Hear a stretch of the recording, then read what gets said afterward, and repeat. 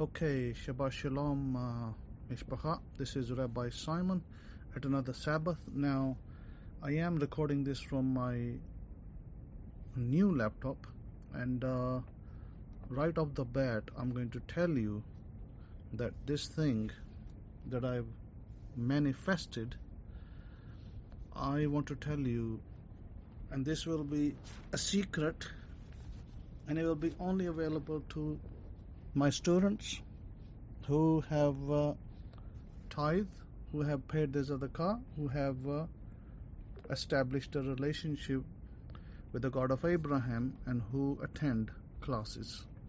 So the story goes like this. This is a brilliant testimony.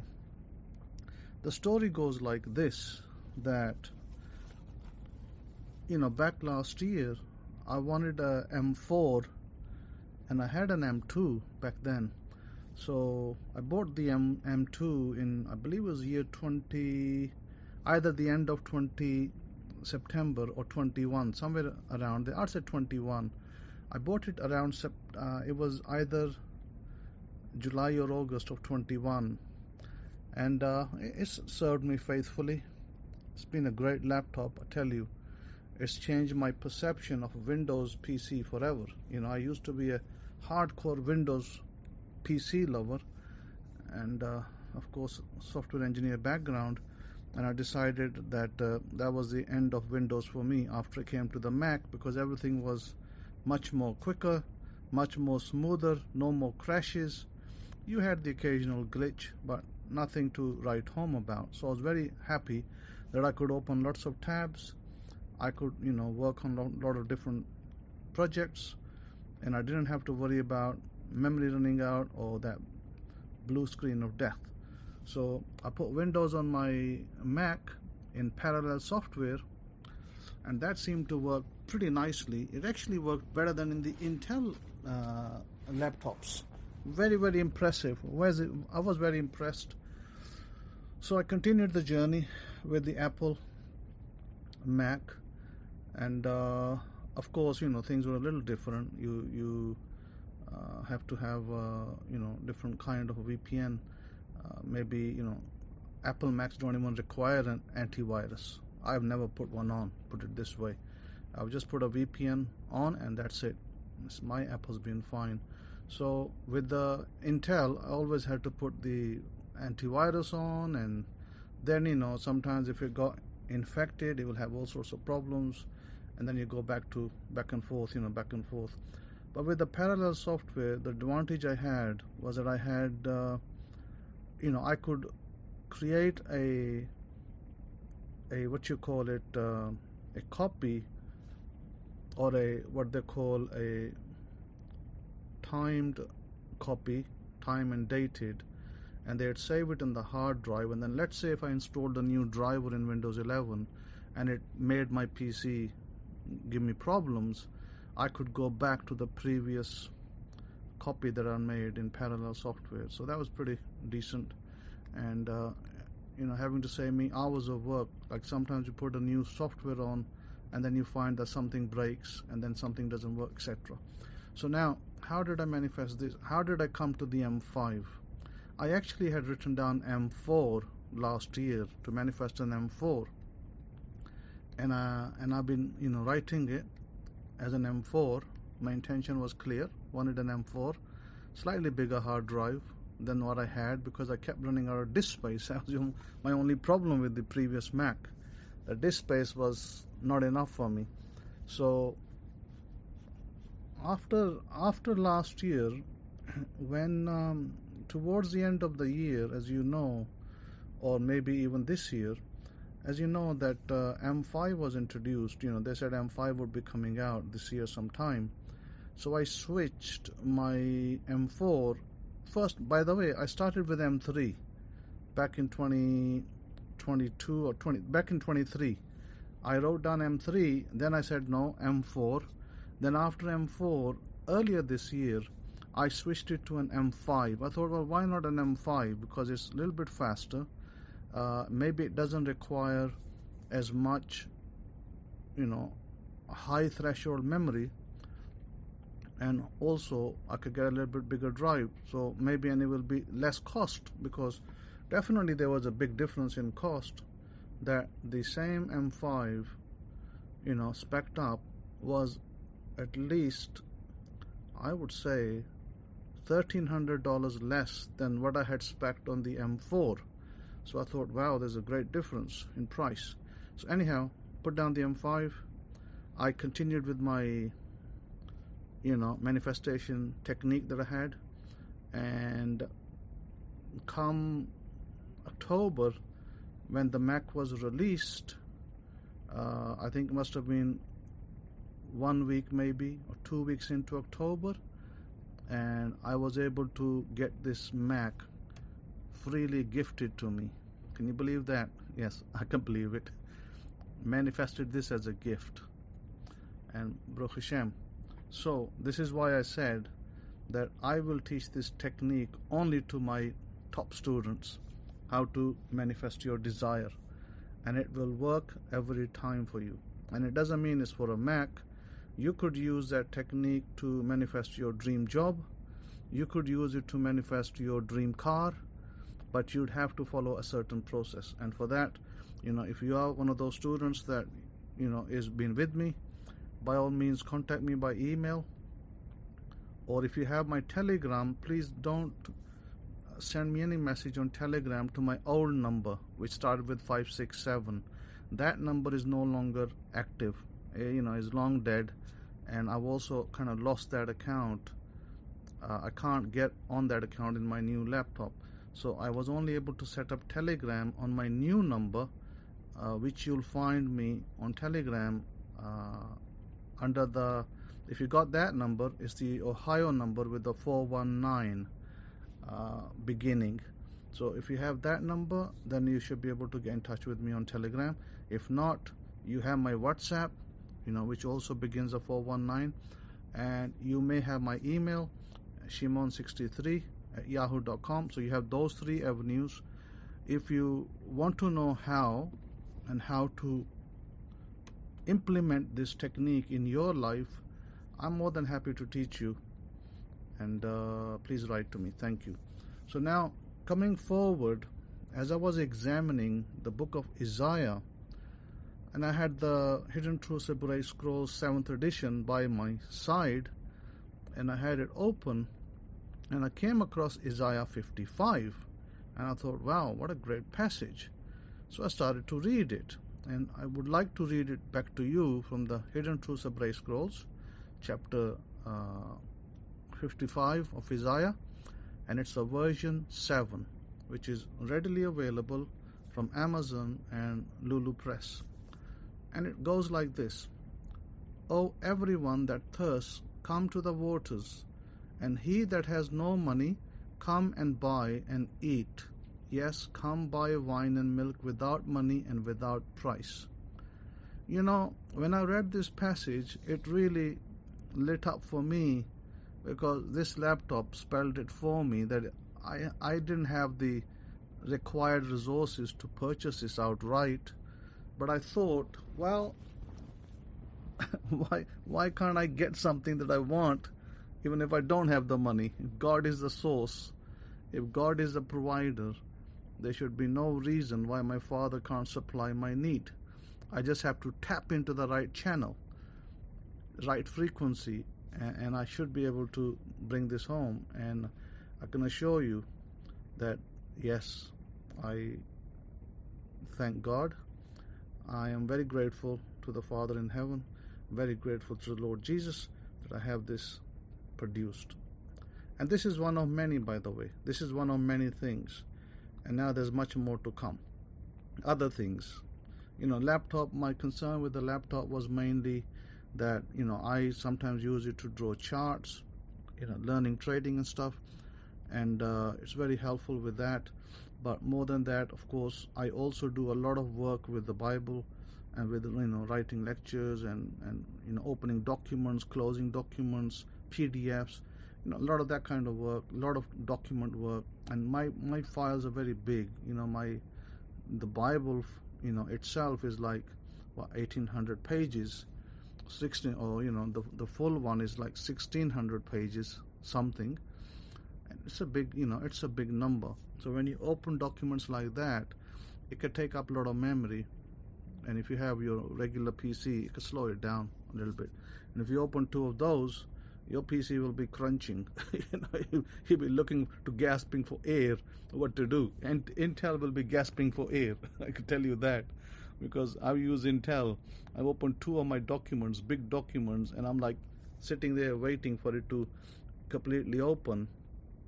And then sometimes when I would save it, it would take a little time to save it. So in that regards, the Mac it flies. Just tremendous. You can open 10 documents on this, and you can open 15 charts, and you have no problem. That's the kind of speed we're looking at. And Apple's not paying me to say this. I just want to tell you that Apple Macs have a great product. Now I don't have an Apple iPhone. I used to, and I don't any longer. I'm not really a great fan of the iPhone, and the reason for that is simply because I sometimes have to upload files into my phone, like a Bible or some other file, and I found it much easier to do it with Android rather than the iPhone, operating system. So that was my switch, where I said I'll use Android, even though Android has its, flaws, but it has its advantages when you come to upload files into your phone. It's just ABC, you just plug it in and away you go. And it can connect to your phone, to your laptop, and you can upload whatever you want to. So I was kind of happy with that. And that's why, Microsoft has their, Windows app as well, Open Phone, the phone app, which connects right into your phone, and you can see all your SMS and photos and whatnot.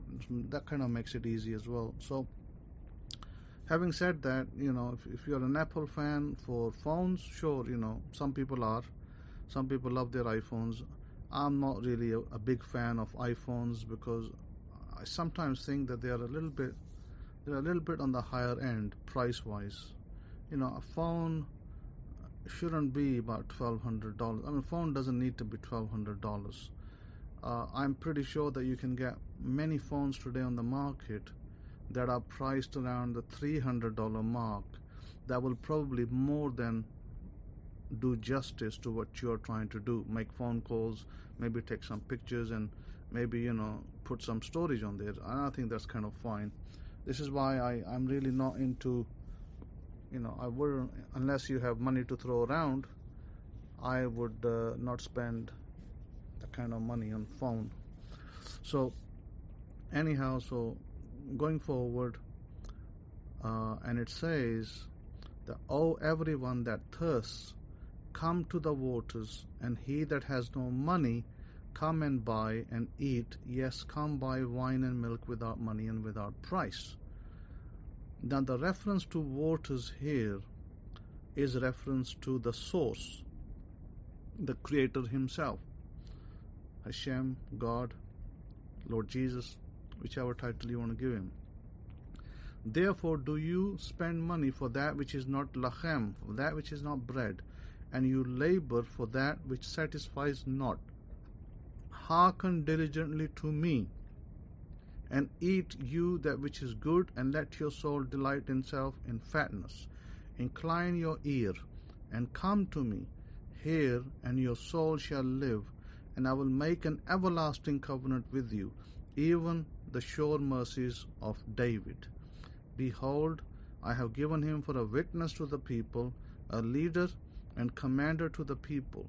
Behold, you shall call a nation that you know not, and nations that knew not you shall run to you because of Yud-Heh-Vah-Heh, your power, and for the Holy One of Israel, for he has glorified you.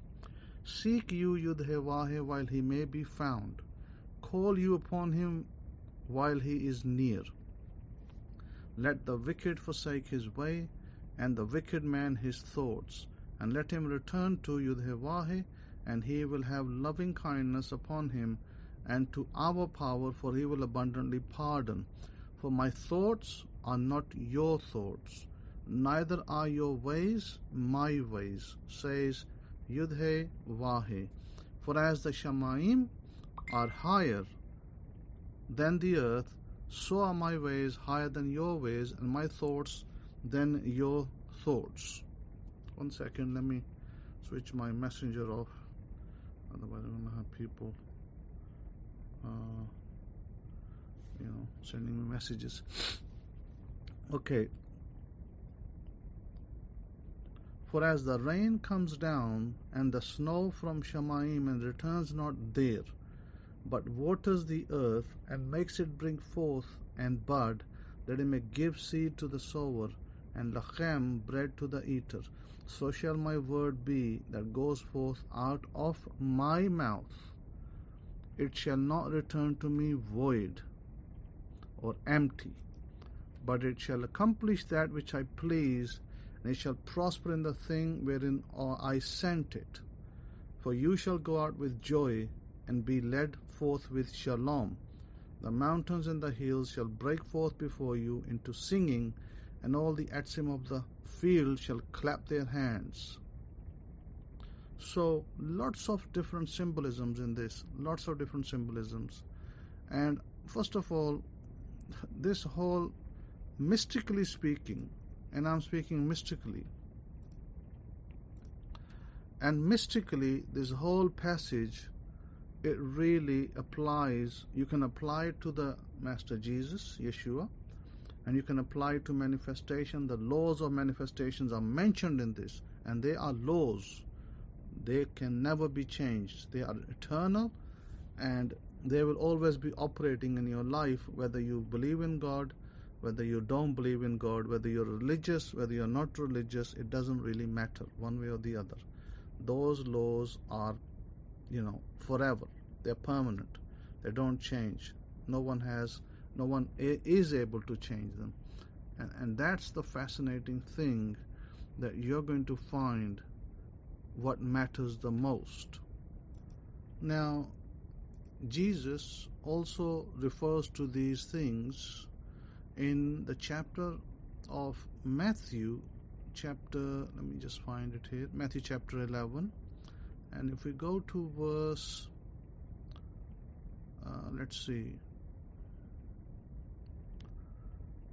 verse 28, come to me, all you who are weary and burdened, and I will give you rest. Take my yoke upon you and learn from me, for I am gentle and humble in heart, and you will find rest for your souls. For my yoke is easy and my burden is light. And if we go a little bit back in the same passage, I'm going to show you a little secret, really, really interesting secret. Let's see, where are we? Let me see if I can find it. Okay, so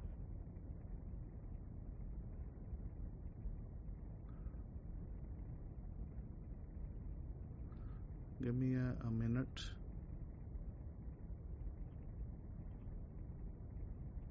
Yeah, verse 25. At that time Yeshua said, I praise you, Abba, Adonai, Lord of heaven and earth, because you have hidden these things from the wise and learned, and revealed them to little children. Yes, Abba, for this is what you were pleased to do. Now I'll stop there. Now, first of all, the name of God, the Yud, the Yod, and the He, and the Wa, and the He, imagine them to be, the Yod in the ancient form is a picture, right? And it's a picture, and these days, they will refer this to a hand, but I don't refer to it just as a hand. In the ancient form, it was a picture, and you'll find those pictures if you open up the Hidden Truths Hebraic Scrolls.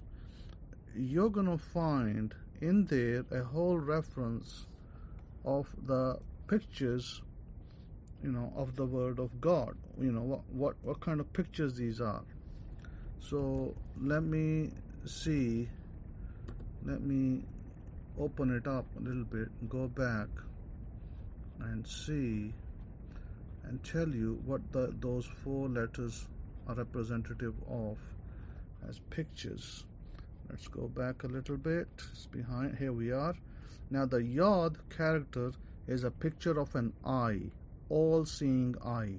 See, ancient picture. These are the original Hebrew or Egyptian mixed up, because Hebrew and the ancient Egyptian had a lot of similarities. The Sumerian languages or the Semitic languages back then, the eye is a picture of Yod, so it's not a hand, it's the eye. And the Hey character is a picture of a feather in the ancient language, in the picture language. And then you have the Vav, as they call the Vav. So you have Yod, Hey, and you have the Vav. Now you have the soft sound and the Vav, or in the ancient terminology, the Bet, of course, the Bet is we're looking at the soft or Vav here, or are we looking at the W? So let's just say the W. So let me pull up the W here. Let's say the soft Vav, by the way, is still the picture of a house. Okay, it still will be the picture of a house. The Hey, again, the picture of a feather. Now, the name of God, to make it simple, is the picture of windows. When I say windows, like a house with windows. See, because the Bet is in there as a soft Vav, you got the Yod as an eye, all-seeing eye, and you have the Hey twice, which in the ancient is a feather, but in modern Hebrew is printed slightly differently. Actually, not a feather. Let me just correct that correction. The Yod is an eye, and the Hey is not. Sorry, it's not a feather. The Va is a feather. So the Va, we have 2 Vas in here. We have the Yod, the Hey, Va, Hey. So Va is in the middle. So that is a feather. But the Hey is breath. So breath is like got a little, upside down, like a U with a little notch in there, like a doorway. Almost looks like a house. The ancient sign, it almost looks like a house when you draw the Hey. So Yod, Hey, the eye, the breath, the feather, and as you know, there's 2 Heys in there, almost like 2 houses or 2 breaths. Well, we have 2 nostrils to breathe from. And Yod, we have 2 eyes, and Yod, God's name Yod, has 1 Yod in there, 1 eye. And we are talking about here not the traditional eye as we understand it, but you could say this is like the 3rd eye, or the intuitive eye, the eye that can see beyond time and space. So it's a little bit more than just an eye. It's an all-seeing eye. God has the ability to kind of look in the past, the future, and the present. Okay? God can kind of see all the different time frames in one go. So in God's kingdom, there is no time. So coming back to Jesus first, Jesus said, he said that, looking at Matthew chapter 11 verse 25, I praise you, Father. He says, I praise you, Abba. You are the master of the heaven and the earth, because you have hidden these things from the wise and learned and revealed them to little children. What does that mean? As I always say, and I will give you a little secret here, if you have little children in your house, if you have a child who is under the age of 7, this then applies to you. If you have a child under the age of 7, here is a secret to manifesting fast. You can get that child, and that child's mind, and we're not talking about the child, because remember, We have to separate the mind from the body. When I say the word mind, I don't mean a person. When I say mind, I mean the all-encompassing universal mind. That means includes the mind of God. That child's mind is connected to God before the ages of 7. When he's in the mother's womb, he's also connected to God at that point. As soon as that child is able to understand, he's connected to God. Let me tell you a little story, and you might find it fascinating. This is like something that was given to me by a friend. So this is the parable of two babies who were in a mother's womb. So this is the story, is how it goes. I'll read it for you. In a mother's womb were two babies. As the weeks passed and the twins developed, their awareness grew and they laughed for joy. Isn't it great that we were conceived? Isn't it great to be alive? The first baby asked the other, do you believe in life after delivery? The second baby replied, why, of course, there has to be something after delivery. Maybe we are here to prepare ourselves for what will be later. Nonsense, said the first. There is no life after delivery. What would that life be? I don't know, but there will be more light than here. Maybe we will walk with our legs and eat from our mouths. The doubting baby laughed. This is absurd. Walking is impossible, and eat with our mouths? Ridiculous. The umbilicus cord supplies nutrition. Life after delivery is to be excluded. The umbilical cord is too short. The second baby held his ground. I think there is something, and maybe it's different than it is here. The first baby replied, no one has ever come back from there. Delivery is the end of life, and in the after delivery it is nothing but darkness and anxiety, and it takes us nowhere. Well, I don't know, said the twin, but certainly we will see Mother and she will take care of us. Mother? The first baby guffawed. You believe in Mother? Where is she now? The second baby calmly and patiently tried to explain, she is all around us. It is in her that we live. Without her, there would be, we would not be in this world. I don't see her. It's only logical that she doesn't exist. To which the other replied, sometimes when you're in silence, you can hear her. You can perceive her. I believe there is a reality after delivery, and we are here to prepare ourselves for that reality when it comes. As the weeks stretched into months, the twins noticed how much each was changing. What do you think all this change means? Asked the first baby. It means that our stay in this world is drawing to an end, said the second. But I don't want to go, said the first. I want to stay here always. We have no choice, said the second, but maybe there is life after birth. But how can it be? Responded the one. We will shed our life cord, and how is life possible without it? Besides, we have seen evidence that others were here before us, and none of them have returned to tell us that there is life after birth. And so the one fell into deep despair, saying, if conception ends with birth, what is the purpose of life in the womb? It is meaningless. Maybe there is no mother at all. But there has to be, protested the second baby. How else did we get here? How do we remain alive?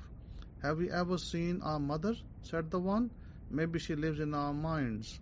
Maybe we made her up because the idea made us feel good. Thus, while one raved and despaired, the other resigned himself to birth. He placed his trust in the mother. Hours passed into days, and days fell into weeks, and it came time, and both knew that their birth was at hand, and both feared what they did not know. And as the one was the first to be conceived, so he was the first to be born, the other following after, and they cried as they were born out into the light. They coughed up fluid, and they gasped the dry air.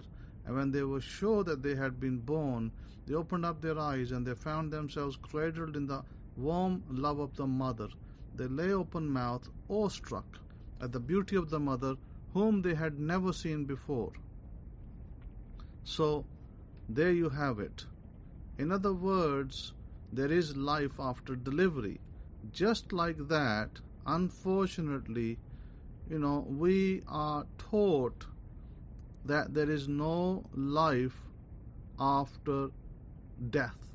A lot of people have a very difficult time, extremely difficult time, believing that there is no there's no God. A lot of people, as you know, today in this world, I'm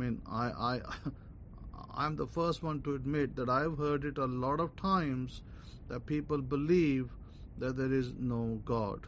I have heard it, I have seen it, and you probably aware that there is a certain belief that this idea that there is God is only a figment of the human imagination, that really people think that how can it be and how can it not be, and there's a lot of back and forth arguments, and people believe that there is no God, and people believe there's no life after death. Chinese, for instance, the Chinese people believe there's no life after death.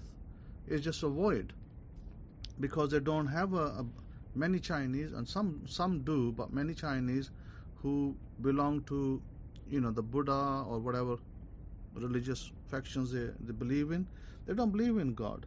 They don't believe in afterlife. They believe that you go into nothing. And of course, as you know, that brings us back to the story of the two babies who thought there's nothing after delivery, but there is actually the mother. In other words, we belong to God, and when we pass from this earth, we will go back to God, and we will be reborn. Yeah, we will come back again. By the way, that's a new world out there, new life. So we have 100% belief that not only does God exist, He is real, He provides for our sustenance, He gives us free oxygen. Otherwise, they'll be charging us every month bill for the oxygen. If you give it to the government, I can tell you, America will start charging you for oxygen if you let the government do so. As they're charging you for water. Water is free, but they're charging you for it. The same way, if you give them half chance, they'll be charging you for oxygen as well, and saying, if you don't pay your bill, we'll cut off the oxygen.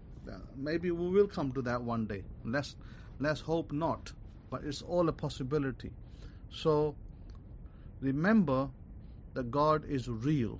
Now, if you have a baby, if you have a son or a daughter, 1 to 7, sit down with them and manifest your desire through that child, because that child's mind is connected to God already. He doesn't need to do no special prayers. He doesn't need to meditate for 30 minutes before he connects to God. He's already connected. Sit him down, and then you do your affirmation, or you do your desire with him. Tell that little child what you want, what your family wants.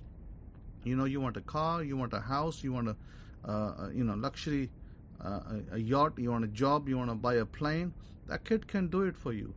You tell the kid, hey, son or daughter, what if we had a nice brand new car? How would you like to sit in that car and go out for enjoyable drives? Or what if we had a brand new house? Or how about if your daddy was working in a brand new job and was able to bring you nice clothes and nice gifts? I'm sure the child will be excited. You got to build that child's imagery. You give him the images, and the child who is, most children at 5 are pretty clever. They know what's going on, but they're still connected to God, irrespective of their religious beliefs. So if you sit down with a child and you tell the child that, son or daughter, let's do this.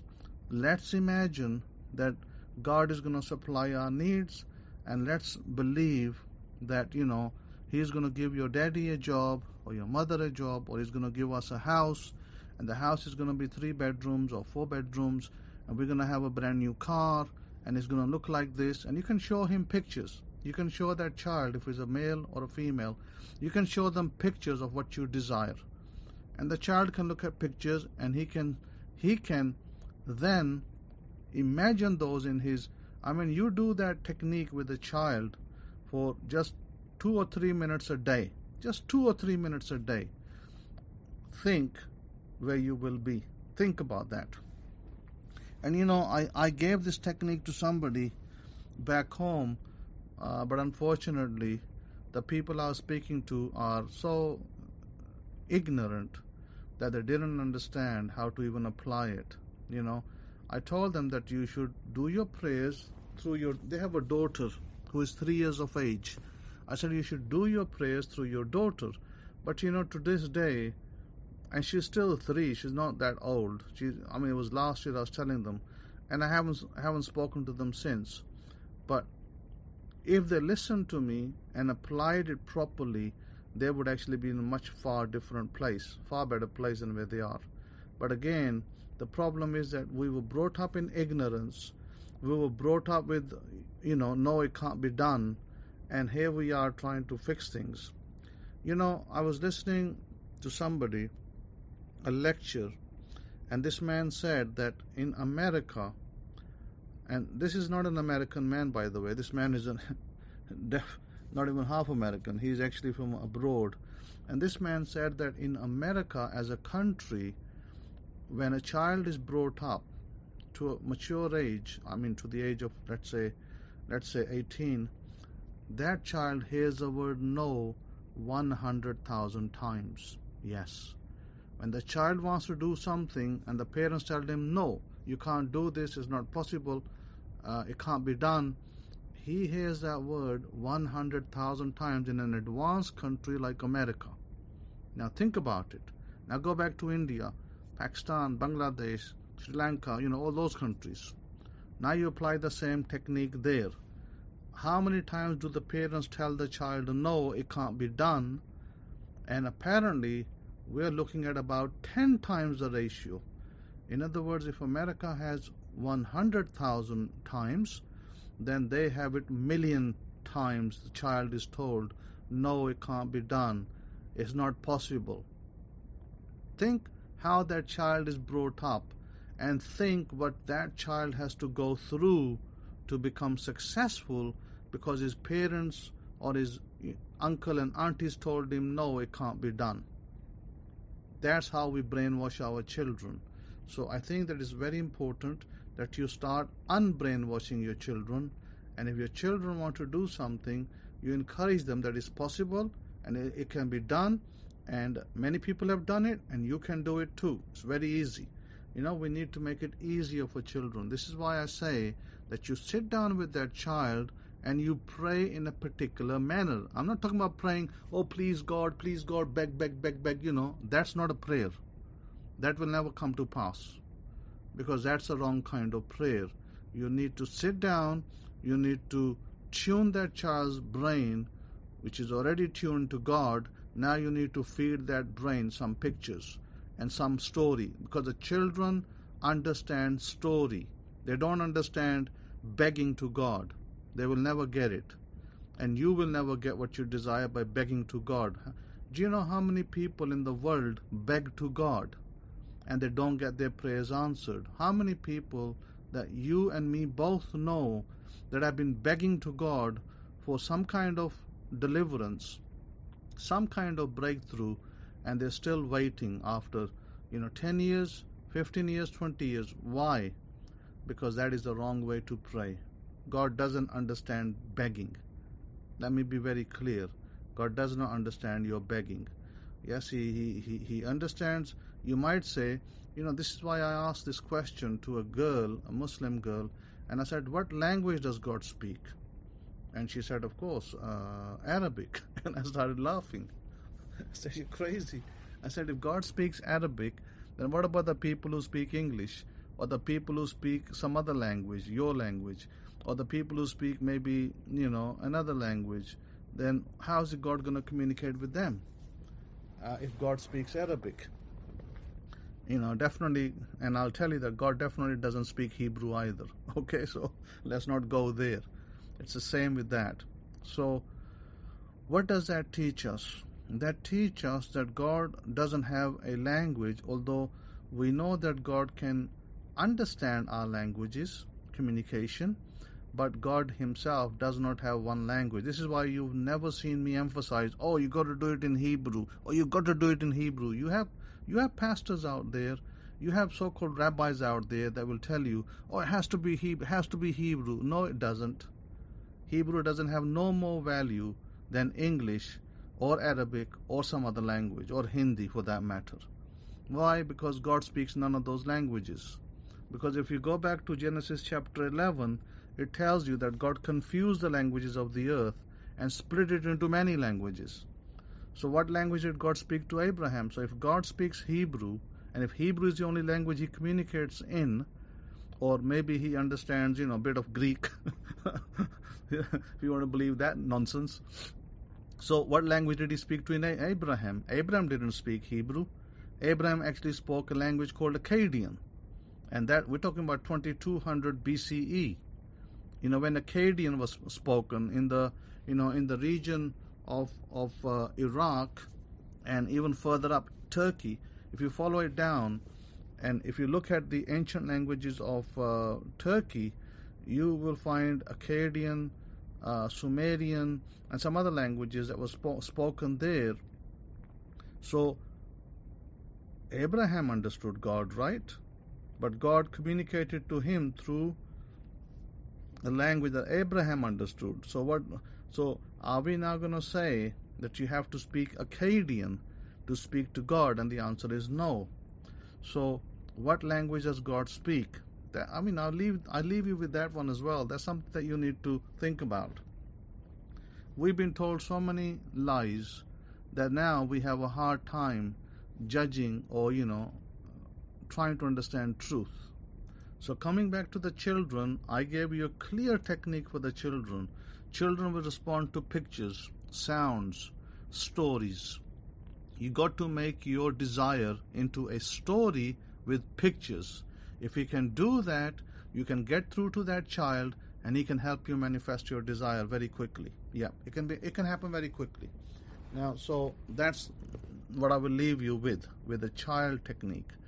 This is why Jesus said that let the children be, let them be alone, let them come to me. Very clearly.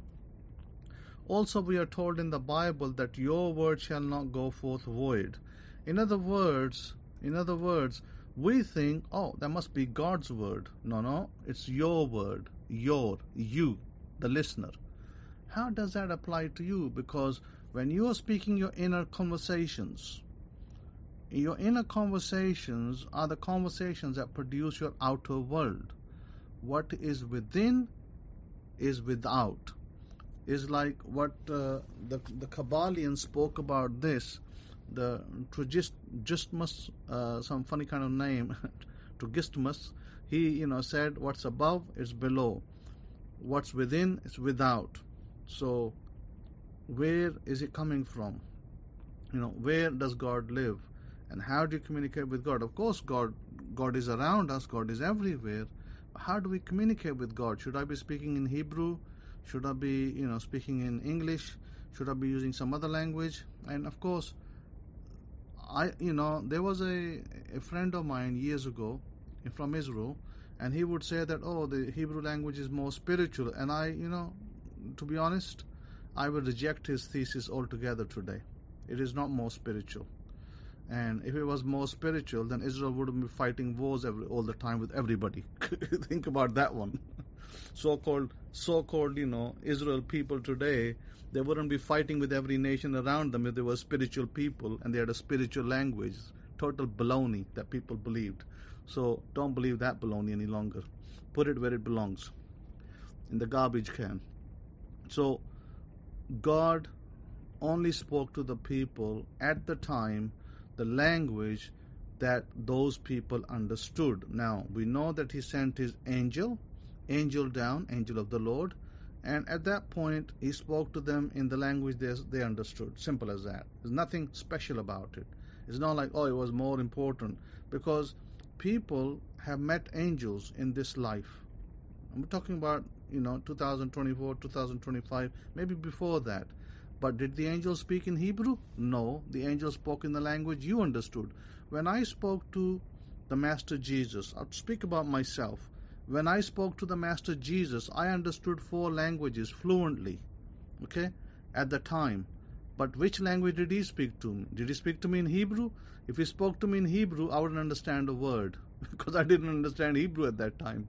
So what language did he speak to me in? English. English is the language he spoke to me in. So yes, it will be the language that you understand the most. God will speak to you in that language, and that is the spiritual language for you. So, for instance, if you're born in India and you are brought up in the Hindi language, then that is the language that's spiritual for you. That is the language that God can use to communicate with you. Now, if you learn the English language, then perhaps you now have 2 languages.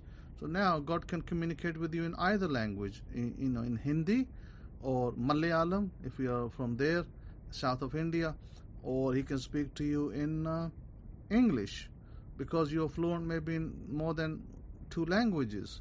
So, because God is the fourth, God is not a person, by the way. I need not remind you that God is not a person that He needs to communicate with a tongue like you and me do. This is why I said to that girl, right? I said to the girl, does God have a tongue then? If you're going to say He speaks Arabic, and then she didn't know. And she's like, but that's what we are taught. I said, yeah, but God doesn't have a tongue, and God definitely doesn't have a head like we do, and God doesn't have a stomach, and God doesn't, speak in language like we do, and God doesn't need to sleep, and it doesn't need to awake. So I said, you got to understand the context. Sure, we understand, we believe that what role Yeshua, Master Jesus, plays, but that's, in placing it in context. Even Jesus said, I and the Father are one, and the Father is unseen. Okay, so He said, I and the Father are one. So this is the problem that the Jews, ancient times, the Jews had that problem with Jesus, because they say, how you can be one with the Father, because the Father is unseen and nobody saw Him. Because when they talk about Abraham saw God, well, it wasn't God in His original form. A lot of belief or teachings are that it was a version. Ancient Jews believed it was an angel. An angel came in some form, man's form, and spoke to the prophets or the ancient people. We believe that may have been a form of the Master Yeshua in the past, because He is eternal. He is from the beginning. He was with the Father, and the Father was with Him. So yes, that could be applied in that particular technique. But to say that God speaks a language is making a mockery of God, because God is not a person that He should lie. God is not a man that He should lie. I think the Torah tells you that. So, therefore, how do we understand God? Now, this lecture, I'm already 48 minutes into it. We could go on and on and on, and I could be here, throughout this time trying to explain to you that God doesn't have a single language. And don't put too much emphasis on single languages. So, how do we, get through to God? Well, have you ever asked yourself the question, why 2 people who go to university, both come out with graduate degree, and one becomes a millionaire and the other one doesn't? Other one can't even find a job. Have you ever asked yourself that question? Why is that? And I think you'll find it fascinating. So not to just go round and round this tree. So simply, I think that this is a topic in discussion in hand. But what is important, what I have learned, is that whatever language you speak and whatever language you're familiar with, whatever language you're comfortable with, that is the language that you'll communicate with God. And by the way, as I said earlier, don't beg and don't, say, oh, please, God, help me, I beg you. Don't do that. That's not the way God will answer your prayer. Your prayer will answered, if you want to tap into God, then your prayer will answered in a particular manner, and it's not going to be answered because you went to Jerusalem, and it's not going to be answered because you went to Lourdes in France, and it's not going to be answered because you went to Rome in Italy. And all these are just fascinating ideas. And I said many years ago that God is not in Jerusalem, as many people believe that they want to go to Jerusalem. And yeah, you can go to Jerusalem, but you won't find God over there. God is everywhere. God is with you. God is no longer in Jerusalem. God is in you. And the day you understand that God is in you, you'll stop chasing God. That day, God will answer you from within. You know, when I was in London and I spoke to the Master Yeshua, Jesus, I didn't have to go to Jerusalem. I was in London, and He spoke to me right there. So God's presence was there, and He spoke to me. So if you want God's presence, it is where you are. You know, whether that be New York, whether that be Chicago, whether that be Texas, whether that be some other part of the country, or some other country, Canada for that matter, you know, Pakistan, India, or other countries, UK, whatever, God is there. But how do you access God? See, that's where I come in. So, again, that's where I use my power to connect with God. And this is why, you know, in the past, I've been able to get things for my students. You know, when they were stuck in doing something and they wanted an answer, then I was able to get that answer for them. Why? Because I tap into God the way God should be tapped into. So this is why I said that if you want to learn, you know, how I was able to manifest an M5 with nothing, I will be more than happy to teach you if you are my student and you are a tithing student. I will not teach you if you're a non-tither and you're just a passerby, and even if you've been listening to 50,000 lectures of mine and you never sent $1 to God's name, I will not teach you. Simple. How about that? That's called zero tolerance.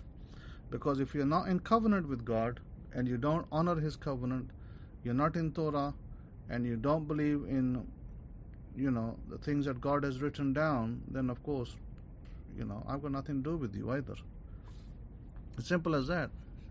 I don't make any, you know, mince my words. I say what I mean and I mean what I say. So, now, talk about the things that we've been lied to about. There are many things we've been lied to about. You know, we've been lied to about going to the moon. No one's ever gone to the moon. You can't even get out of our atmosphere. You can go from our atmosphere into what they call space. But by the way, there is a rakia. You know, Genesis chapter 1 verse 6. Yeah, I do read the Hebrew as well. Now, there is a rakia. There is a firmament above us that won't let us get out of this planet. That's the first thing that you will have to understand. That there's no mission to the Mars going to succeed, and no missions to the moon's going to succeed. And by the way, there are aliens. Yeah, I seen this ship many years ago in UK, and they come out of the water. They live on the other side. You know where they live? They live on the other side of Antarctica. There are many continents across Antarctica, and they come from the ocean with their ships, and they go back into the ocean to get to their homes. But they live on the other side of Antarctica. No, they do not come from space. Stop that nonsense that they come from above. They don't. So that's the other thing. Now, yeah, there are some of them amidst us. Some of them are in our midst, perhaps disguised as humans. And so that may be true as well. However, that doesn't defy the fact that God has created these beings. It is God who created these beings. They didn't just evolve out of a fish or monkey. So, you know, that nonsense we have to stop believing as well, that we evolved out of monkeys. So anyhow, you know, we are a creation. God created us with love, with kindness. This is why sometimes I say love is a very high frequency, love. And even higher frequency is gratitude, giving thanks to God. You know, when you want to raise your vibration, raise your frequency energetically, you want to be in a vibration of giving thanks to God. And of course, love. You know, when you love God or when you love yourself, that's where you start. Then, you know, you have the scale on your side. So I always, you know, encourage you and coming back to why is the word of, why that your word shall go forth and not come back void applies to you, is because God is within you. So when you speak your words, speak carefully, because the words you send forth shall not come back void. Remember, when you keep criticizing that child and keep telling that child that no, it's not going to happen, no, it's not going to happen, your words are damaging that child. They're damaging his innate child that is going to be successful. You're trying to make him unsuccessful because your words are damaging him, because your words go forth and come back not void, not empty. You're going to damage that child, they're not going to come back empty. So how about when God said that wherever the foot of your feet tread, that shall be yours. That is true as well. That's 100% true. I already proved that. When I built my home back home, I proved it, that where my foot tread, that is where I claim that place as mine. Same for you. Where your foot tread, and it can also euphemistically apply to imagination. When you imagine that your home is in some town, some estate, then you can have your home over there. Yes, 100% true. You can count that as your foot tread. It's also, symbolically speaking, it's your imagination.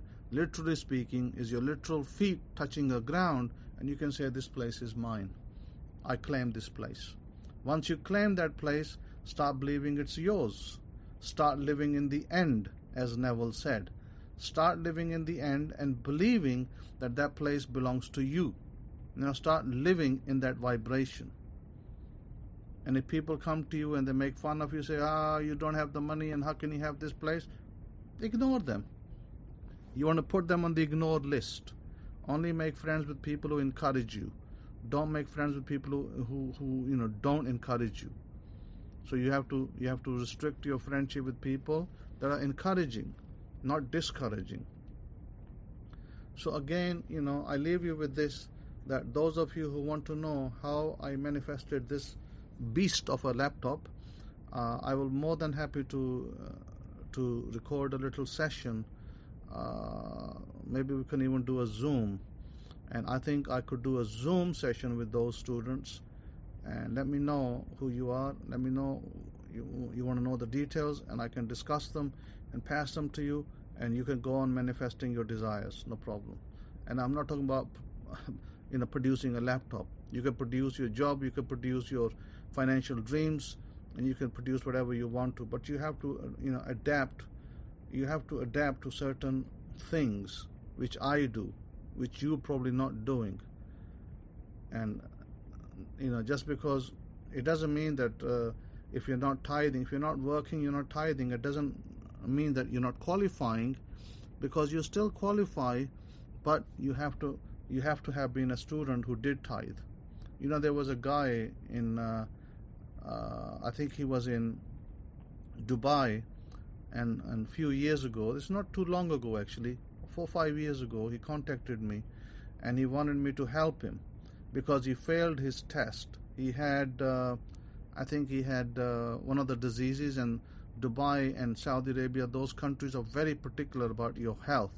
They do a test, and if your test comes back negative, they won't let you stay, especially when you're going to get a visa to enter the country, to stay there for a job. So this guy from Ghana, and Ghanaians are notorious for lying, cheating, and all sorts of other things. So I definitely trusted the wrong person. He comes to me and he says to me, I'm got into trouble.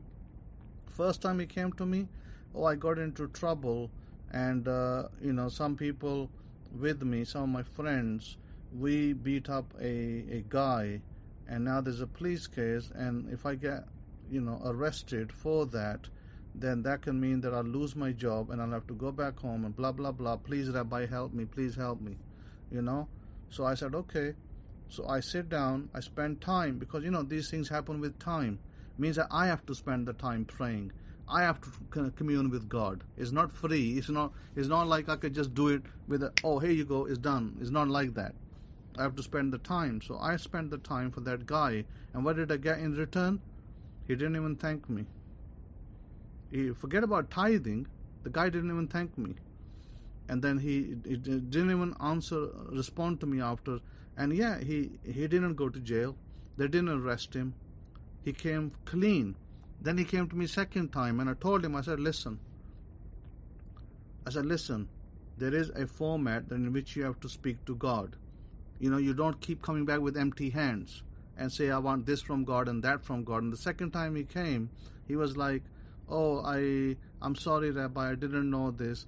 Please, I'm in desperate trouble, and I had this disease, hepatitis something, B or C. I had this disease, and if that comes out in the test, then I won't be able to stay. Please, pray to God that I am clean.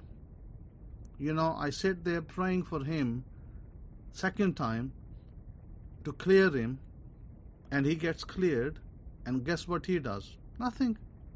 No appreciation. He gives nothing to God. Don't hear from him. No tithing, nothing.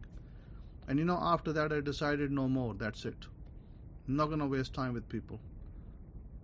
These are belligerent, idiots who don't appreciate God and who definitely don't appreciate his Kohen. So I'm not going to waste my time with people like that. So this is why, like I said, right, for me to step in for somebody, I have to spend time praying. I have to spend time communing with God. I have to spend hours. We're not talking about minutes. Hours in prayer. Hours in doing things. Reading scripture, doing things, reminding God, of certain promises.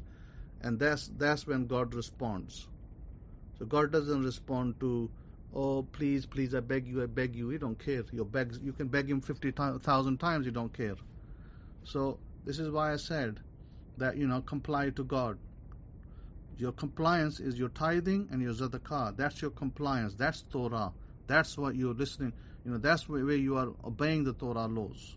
And if you're not, then you're not obeying the Torah laws, and you definitely won't be hearing from me. Because it used to be that, some of my students would come out of the woodwork 5 years later and 10 years later, and they'll write to me, oh, can you please tell me this? And I used to respond, but I no longer will respond. Because why? Because they are not in compliance with the Torah. If you are not compliant with the Torah, I won't respond to you. Do you keep the Sabbath? Do you keep the festivals? Are you in compliance with God? If the answer is no, you won't get a response from me either. Do you tithe? Do you give zadaqah? Do you help widows, who are in need, orphans who are in need? And the answer is no, then you definitely won't hear from me, because you're not in compliance. Not in compliance with Torah, you're not in compliance with Torah laws, and you definitely, you can believe in Jesus all you want. It makes no difference. Your prayers will never be heard. You'll be just another number out there. So with that, I'm not gonna run this any longer, because it's already an hour, a little bit longer today. But like I said, there is a need to be compliant. There is a need to be in covenant. And if you're not in covenant, then get into covenant with God. Make sure you tithe, make sure you give zadaqah, make sure you're in line with God. If you're not in line with God, I definitely won't respond to you. Because those days are long gone when you didn't do nothing and I would respond to you. You send me an email and I'll respond after 3 seconds, or no, I won't do that any longer. So with that, have a wonderful, wonderful Sabbath. And if you have any questions or concerns, then by all means you can write to me at my email address, shimon63@yahoo.com, or you can, if you have my WhatsApp, you have my Telegram on my 419 line, you can definitely address any questions, concerns there. I'm more than happy to help. Those are my students who are in compliance. I'm more than happy to help you. So like I said, that if you want me to do a Zoom to point out exactly what you need to do to acquire your desire, then I can take, you can write to me, we can take the names down, and then we could do a Zoom. So rather than me having to respond to 3 different people or 4 different people separately, with long emails, I'd rather do it in a audio format, which is much quicker and live and makes it easier for me. Okay, so take care, have a wonderful, wonderful Sabbath. Until next time, Shabbat Shalom to you, and Shalom, Shalom.